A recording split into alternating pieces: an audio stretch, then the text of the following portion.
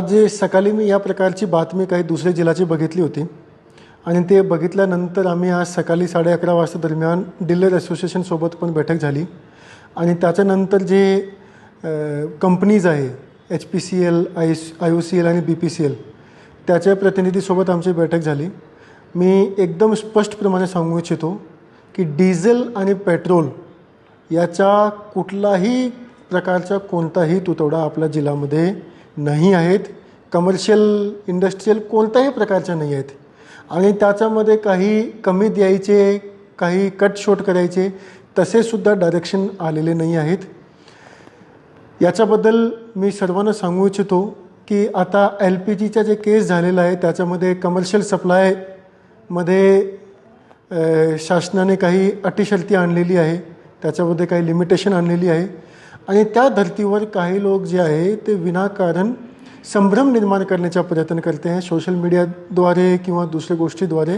मी स्पष्टप्रमाणे सर्व नागरिकांना सांगू इच्छितो की शासनाद्वारे असा कुठलाही प्रकारचा जर बंदी आणली जाईल, कुठलाही प्रकारचा जर तुटवडा केला जाईल म्हणजे तुटवडा झाला तर सांगितलं जाईल की पुढे हा गोष्टी काही मिळणार नाही, तर त्याच्याबद्दल पहिला क्लॅरिफिकेशन जे आहे ते जिल्हा प्रशासनाद्वारे मिळणारच आहे।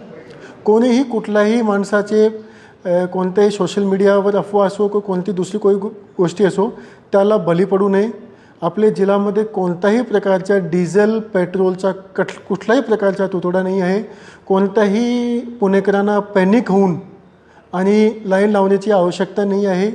We have sufficient quantity of diesel and petrol आपल्या जिल्ह्यामध्ये आणि अशा प्रकारचे जे चुकीचे बातमी पसरवते आहे त्यांनासुद्धा मी एकदम स्पष्टप्रमाणे सांगू इच्छितो की आता काही ठिकाणी मला काही कडक पाऊल उचलावं लागणार आहेत। कारण काय की आपली एक चुकीची बातमी आणि एक चुकीची माहिती हा लोकांमध्ये खूप मोठ्या प्रमाणावर गैरसमज निर्माण करते, लोकांमध्ये पॅनिकची परिस्थिती निर्माण करते आणि खूप दुर्दैवी आहे। तर मी सर्व लोकांना आवाहन करू इच्छितो की असं कुठल्याही प्रकारच्या चुकीची माहिती तुम्ही सोशल मीडियाद्वारे किंवा इतर माध्यमातून पसरू नका।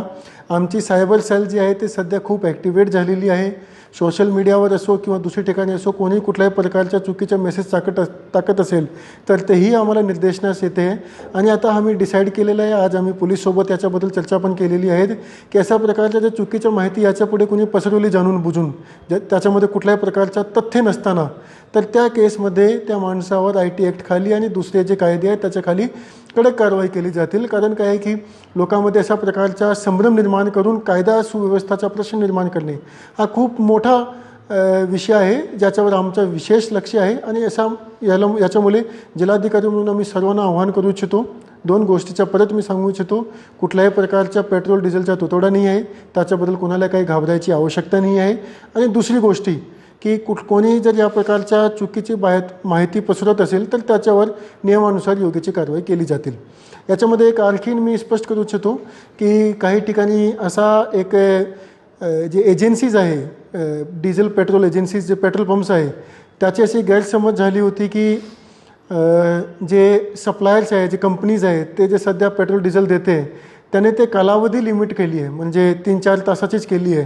तर याच्याबद्दलसुद्धा आमची आज दुपारी मीटिंग झाली सर्व सर्व कंपनीसोबत आणि त्याने एकदम स्पष्टप्रमाणे आम्हाला सांगितलेलं आहे की कोणत्याही प्रकारचे तासामध्ये अटी आणलेली नाही आहेत। आधी जशा पद्धतीने सिस्टम होते की काही कंपनीज जे आहे ते सकाळी 6:30 वाजेपासून रात्री 11 वाजेपर्यंतसुद्धा पेट्रोल डिझेल सप्लाय करत होते, दुसरे काही कंपनीची वेगवेगळी वेळ आहे, तर ते आधीची जी वेळ होती ते आतासुद्धा कंटिन्यू आहे, त्याच्यामध्ये कुठल्याही प्रकारचा बदल केला गेला नाही आहे आणि कोणत्याही प्रकारची जे आहे ते असा सिस्टमसुद्धा नाही आला आहे की याला कट करायचे किंवा दुसऱ्याला जास्त द्यायचे, अशा कुठल्याही प्रकारची गोष्टी झालेली नाही आहेत।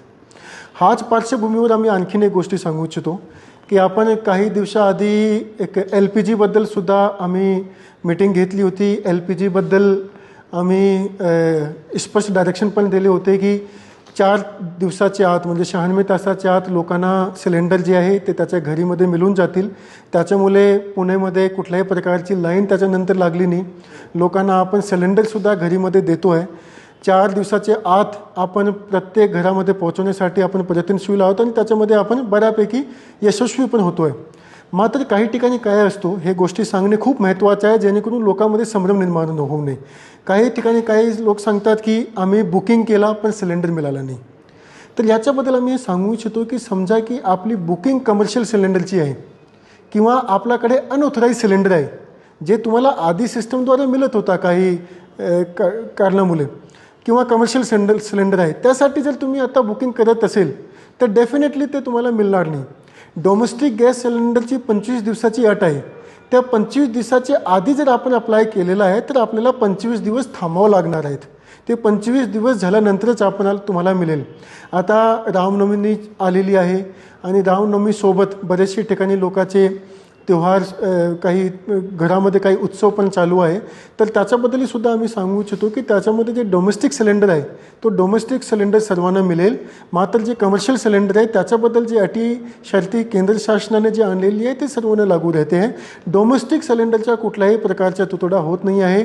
आम्ही दर दिवशी सर्व कंपनी, सर्व एजन्सीज, आमच्याकडे जवळपास पुण्यामध्ये 250 गॅस एजन्सीज आहेत, त्याच्यासोबत आम्ही दर दिवशी बोलतो आहे. आमच्याकडे लोकांचे काही मेसेजेस पण येतात की आम्हाला अजून 2 दिवस झाले किंवा 3 दिवस झाले अजून सिलेंडर मिळाला नाही आहे. त्याची आम्ही तपासणी करून त्यांना इमिडिएटली एन्श्योर करतो की सिलेंडर त्याच्या घरी मिळाला पाहिजे.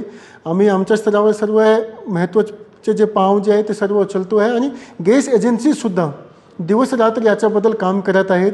आम्ही आज बैठक घेतली त्याच्यानंतर सर्व गॅस एजन्सीजने त्याचे मनुष्यबळ पण वाढवलेले आहे, त्याचे जे डिलिव्हरी बॉयज पण वाढवलेले आहे.